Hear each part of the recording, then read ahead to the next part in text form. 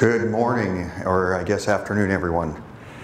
So I'm going to spend a little bit of time talking to you about the economic or the ecosystem shift that's happening with the Wi-Fi and, of course, next generation hotspot.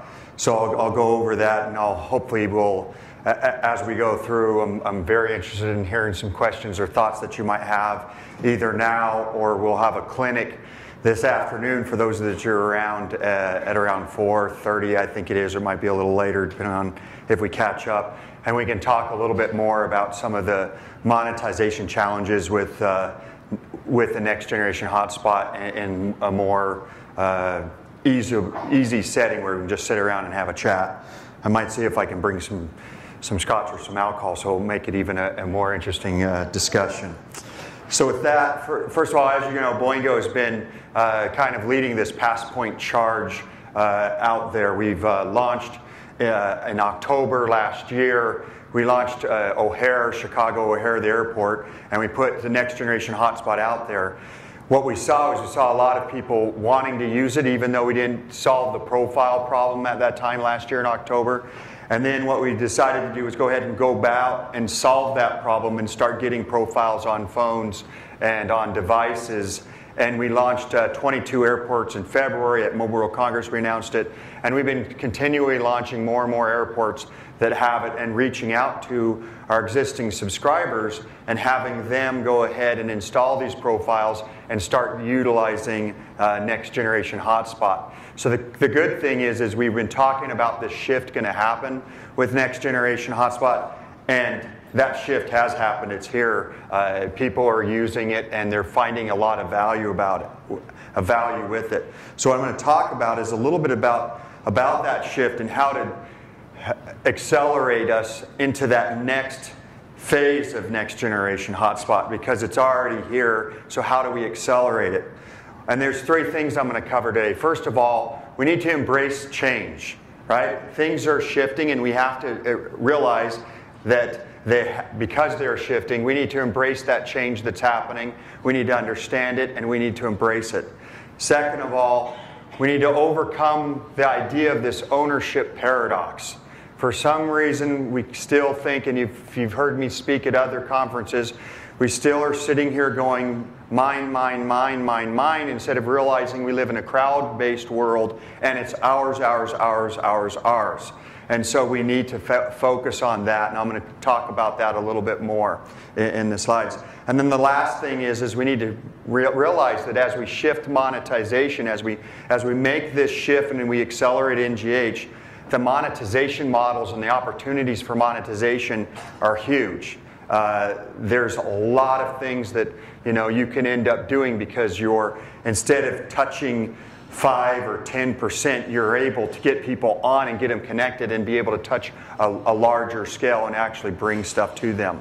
So let's talk about, first of all, what the change is. So hopefully some of you have read this book that came out, The Mobile Mind Shift. It's a very interesting book about what's happened in the last few years and what's going on even with the younger generations and with everybody here. 9.2 gigabytes on average people are using it on data. Okay? From that, 80% of that is consumed over Wi-Fi. There was a survey done of people, and what they were asked, what is the most important thing for you that you want to have? 93% said that the most important thing that they wanted to make sure that they always had when they traveled or when they go somewhere was the internet. 91% said that their mobile device was the most important thing that if they lost, if they didn't have, it was the most important thing that they needed to have. The only thing that beat this was, in the survey, was the toothbrush. So I guess still people want to keep brushing their teeth, but of course, right after brushing your teeth, you want to be connected, right? So that's key. And then the other thing that happened is we talked about these users, these digital elites. And a digital elite is somebody who's utilizing data all the time, always connected. The percentage of digital elites, these are people who own more than two devices, has gone up tremendously, and it's just continuing to rise. I've heard numbers like there's 4 billion Wi-Fi connected devices. By 2017, there'll be 10 billion. All of that's happening, and we need to really just embrace that shift that's happening, that mobile shift that's happening. So once you embrace that shift and you start recognizing what's happening with that shift, you start getting some very interesting things come out of it. So as I shared, we ended up launching this next generation hotspot at 22 airports in February and started having people connect. So we did a quick evaluation of, okay, what's happening with these people who are connecting. What we saw is the consumption was shifting for these users as well. We saw 10 times more sessions from a PassPoint subscriber who was using next generation hotspot than we saw from that same subscriber when he was not using it. So his connections went up 10 times, right, than the other retail subscriber uses. The other thing that we saw was the connects that he was making and how he was utilizing it was also increasing. But what was interesting is as they were creating these sessions, they were basically utilizing it. They'll pull out their phone, they'll pull out their device, they'll do the 3 or 4 things that they need to do. They'll put the device back in their wallet or phone or purse or whatever. Wallet doesn't work because you guys got that. But they'd put it back in their device, in their location, and then they'd go back doing what they needed to do, and then they'd pull it out again. Whereas before, we had a lot longer sessions where they were constantly using it. Now, why is that? Because the user could now utilize the connection because they don't have to worry about how do I get connected. So they sit there and try to stay on the entire time. They're actually utilizing what they need. They're pulling it out, checking their Facebook, doing their email. They're done? Okay, put it back in my pocket, pull it out again. Instead of sitting there going, I got to sit somewhere, and now I've got to utilize that because I've ended up having to go through this 5-minute process of connecting my device and getting my login and my password and everything else done.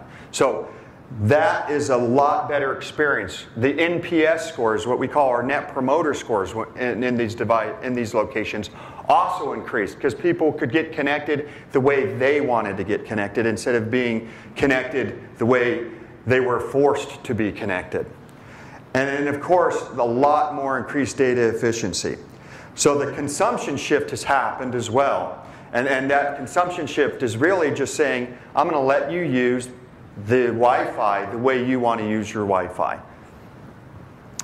The next thing then, if we've got the consumption shift down, is we're going to talk a little bit about the ownership paradox. So when we think about today, we're all out there and we're sitting there saying, I've got this subscriber, I've got that subscriber, and I've shared this before. When you open up your phone and you look at all the people that are connected to your phone, you have apps from a lot of different people. You're not owned by the person who's providing you the ISP. I've got, a Netflix app in my phone. I've got a Skype app. I've got a United Airlines app. I've got a Travelocity app. All of those are part of that connection, and they're all owners in that paradigm. In that digital world that we've created, you have multiple owners of your digital life. And for us to what we need to realize is, for us to try to be the only owner of that, it's already gone. And so stop playing defense, sitting there saying, oh no, I've got to own the connection, I've got to own every app they use, I've got to own everything that they have, and start developing collaborative approaches to ownership. Recognizing that these things fit together. The connection, the travel, all those different things can fit together in unique ways, and then you can give the consumer what they want. And what ends up happening then is by giving that and adjusting your ownership shift, you don't lose money, and that's the key thing. You find new ways to make money. So if you think about that ownership shift by moving towards collaboration, and this is just an example, these are not like 100% accurate. We did a broad swipe of what happens in an airport, how many people get connected. And again, each airport's different and each location has different characteristics. But from a broad swipe today, when you're going through the airport, 20% of the people who go through an airport end up connecting and using Wi-Fi. Of that 20% who end up connecting and using Wi-Fi, 40.5% of them are not Boingo subscribers, right? Inside of a Boingo airport. They are a bunch of different opportunities to connect. You've got free, you've got partnerships, you've got sponsorships, we do advertising, we do all of these different things. And if we were playing defense, what we would do is we'd go, oh no, 40.5 isn't good. How do I grow 20% to 80% and grow 40%, shrink 40% down to 10%? Well, that's yesteryear thinking. What we really want to do is we want to think about moving it forward. And when you think about moving it forward or into tomorrow, you want to get those subscribers, those people utilizing the network. And so you want to make it easy for them to get on, and you want to sit there and push that up to 90%. Let there be 90% of the people who go through the airport connect. Now, if I get 90% of the people who go through and they're connecting, now I can truly make the digital and the physical world work together. When I have 20% connecting and I'm sitting in a venue and you're sitting there trying to, as a venue owner, reach out to those users and say, hey, I've got some value-added services. I've got a Starbucks over here who's doing a 10% off.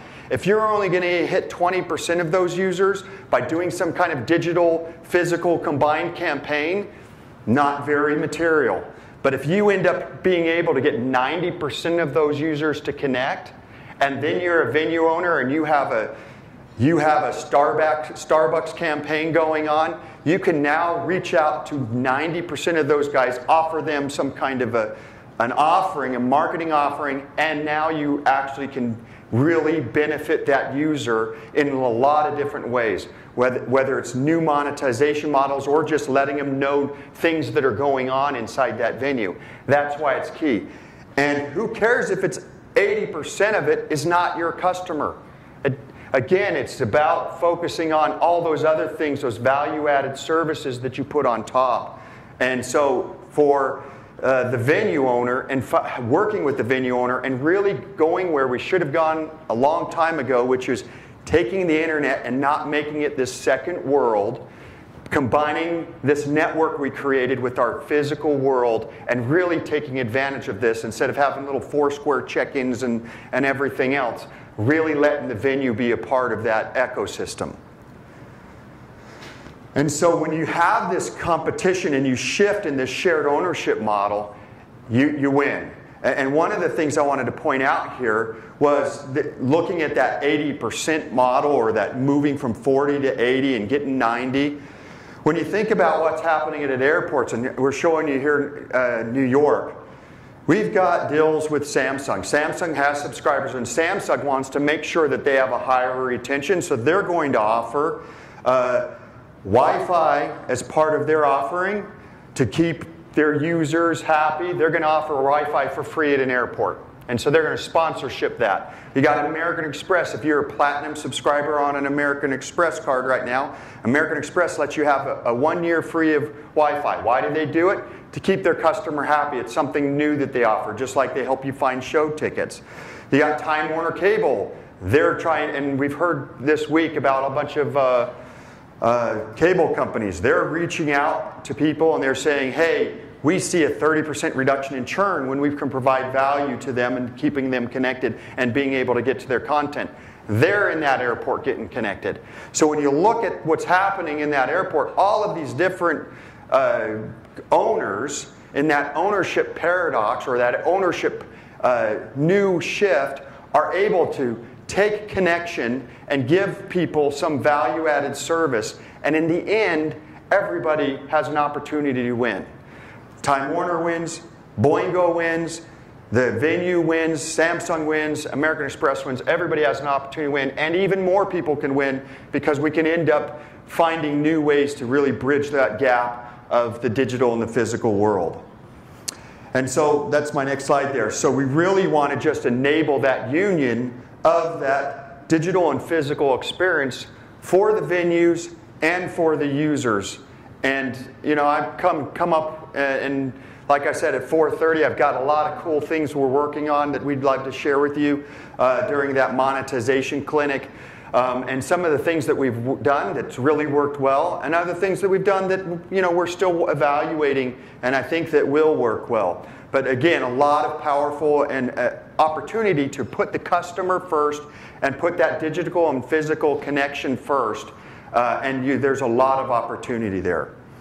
So I'll end up talking a little bit about how this has changed the way we go about and attack networks. So in the past, when we used to create networks and we used to establish these networks at the venues, we started off with, it's about coverage. So let's make sure we got enough IP so we can cover everywhere. Then it was about, okay, now I got to get density. I got to worry about capacity. So we started building networks for capacity. And then it was, okay, now I got to start building networks thinking about location. So I got to sit there and make sure that I put the appropriate APs and structure in place so that I can deal with triangulation and location and heat mapping and all of that stuff.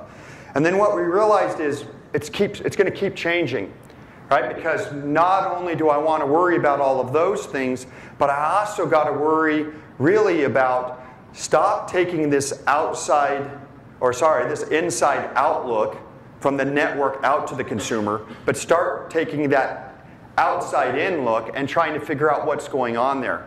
So when we sit down with airports now, we go out there and you sit with Miami, and Miami airport tells us people are angry when they go to the airport. And I shared this in some meetings before. But they're angry when they go to the airport. They're sitting there, they're delayed, and we just need them to be more happy. So what can we do? And they reached out to us and they said, is there anything, you guys have any ideas? And this is the kind of partnership you develop. And we said, well, they're angry. How about setting up a comedy channel so when they connect to the network, they can just sit there and watch a comedy channel. And then they can start laughing and having a good time.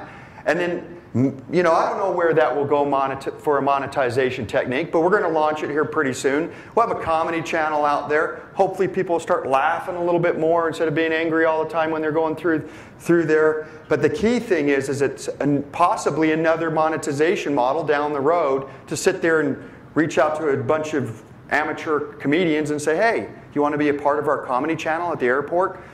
Hopefully, I don't know if that will happen, but again, by sitting there thinking outside in, you can come up with these new models. So what is SMART? So SMART is really about taking that outside in approach in the way we build networks. So the first thing we know is we need to have secure networks. We need to provide the security, especially in today's day and age. NGH does that really well for us. Passpoint, EAP TTLS, all the other EAPs, they help us make sure that we're secure. The other thing we need to do is we need to realize that as we start getting 90% of the people on the network, we need to recognize that policy is going to become so important. Now, I always call it like we're building 3 tiers of connection now. We have the licensed controlled spectrum. We have the unlicensed controlled secure spectrum, which is what we're building with Passpoint. And then we have the open Wi-Fi or the open unlicensed spectrum that doesn't have the control on it. And when you think about it, control is going to be important in the unlicensed spectrum, just like it is in the unlicensed spectrum, and just like it is in the licensed spectrum, so that we can end up making sure we can deliver the quality of service that's needed for those new offerings that we're coming up with. And some of those new offerings are dependent on the platform we're on. We might control things a little bit differently. If I'm watching Netflix or a video on my smartphone, I may need a different quality of service, different megabit speed than if I'm watching it on my laptop. Our networks have to be smart enough to recognize what platform you're on and adjust appropriately so that you're not utilizing bandwidth where you shouldn't be, and you're making sure that you're delivering the best possible experience. The other thing on the A is analytics driven. We've got to recognize that to be able to really do software-defined networks and be able to adapt and control the network, we need to understand all of the ins and outs of the network, all of the different parameters. And to really be able to reach outside and in, we need to bring a bunch of different things together. It's more than just DPI. It's more than just location awareness. It's more than just radius records. It's more than just profiles of that customer and understanding the customer. It's the combination of all of those things so you truly understand. And once you truly understand them and you truly understand your network, then you can end up delivering something that is on our fourth thing here, responsive. And responsive is about being able to recognize that the networks change quickly. Apple releases a new version of iOS. All of a sudden, our network gets really busy, and I'm breaking people's phone calls. Not a good experience. So what do we have to do? We have to make sure that when we're building our networks and we're building these controls and we're building our NFV and SDN solutions, that they are responsive to those changes that happen because of the network or the changes that happen because something happened. You know, a lot of you hopefully weren't stuck in that nightmare that happened in Chicago where a lot of planes got delayed. Our network had to be responsive enough to be able to adjust and say, get everybody on for free. The airport needs to be able to let people on. We don't need to sit here and be charging for them because, again, it was about trying to make sure that people can get on, get back to their loved ones, check the next flights, figure out what they were going to do. That's what the airport needed to be able to do, to be able to keep that consumer and keep that venue happy and get that digital and physical world in that situation working correctly. And if you have a long list of things and you don't build your networks to support those quick switches that need to happen, then you're building networks that aren't responsive, and that's a problem. And the last thing on the smart network is tiered. Tiered's important because we have people who use networks differently, and we have to adjust and tier our networks for those. So we might have that business traveler who just wants to come in and check their email and go and go and go, and they're going to use a little bit of bandwidth as they're running through the airport for the 38 minutes roughly that they're in the airport before they jump on the plane. And they just need to be able to download, so you give them burstable speeds, and they can download their email really fast, and they can get on the plane and they're gone. But then there's those other people who are stuck there for 2 hours, and they want to be able to watch a movie. And we need to be able to tier our services so that they can do a quick, hey, I want higher speed for the next 2 hours, so give me higher speed. And tiering is not only on the network side, not only on the offering side, but across the entire network is finding the right mix for the situation at hand. So that's how we're building networks now, and we'll be starting to release those networks. You know, it's a lot of NFV, a little bit of SDN, a little bit of policy control, a lot of working with the venues. But we'll be starting to release a bunch of these networks built this way, and I think we've announced, if you want to read in our announcements, you can read a little bit more about what we're doing with those smart networks at some of the airports that will be out really soon this fall. So with that, and I'll just kind of close, we've gone through this industry shift. We've kind of been accelerating our way through it. There's been a lot of models changes. A couple of advices or thoughts to leave you with. First of all, focus on experience. All right? Focus on the user experience, focus on the venue experience, focus on that experience, the outside-in experience, instead of focusing on the inside-out experience. That's my first advice. Second one is overcome the ownership paradox.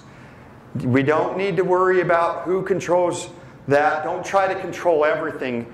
Try to end up finding what you're good at, embrace your strengths, what you're good at, and work with each other, because collaboration and crowd is really how it's going to be successful, right? It's not one person sitting inside your phone anymore. It's not one person and just making a call. There are multiple players that are part of the ecosystem. As you can see, American Express is offering free Wi-Fi. I mean, they're not even in the Wi-Fi business, right? But they are offering free Wi-Fi. And there are others jumping in. And why not let them come in? It ends up allowing us really nice opportunities to be able to get that 90% increase and build on top of that. So with that, I appreciate your time, and I guess we have a little bit of time for questions.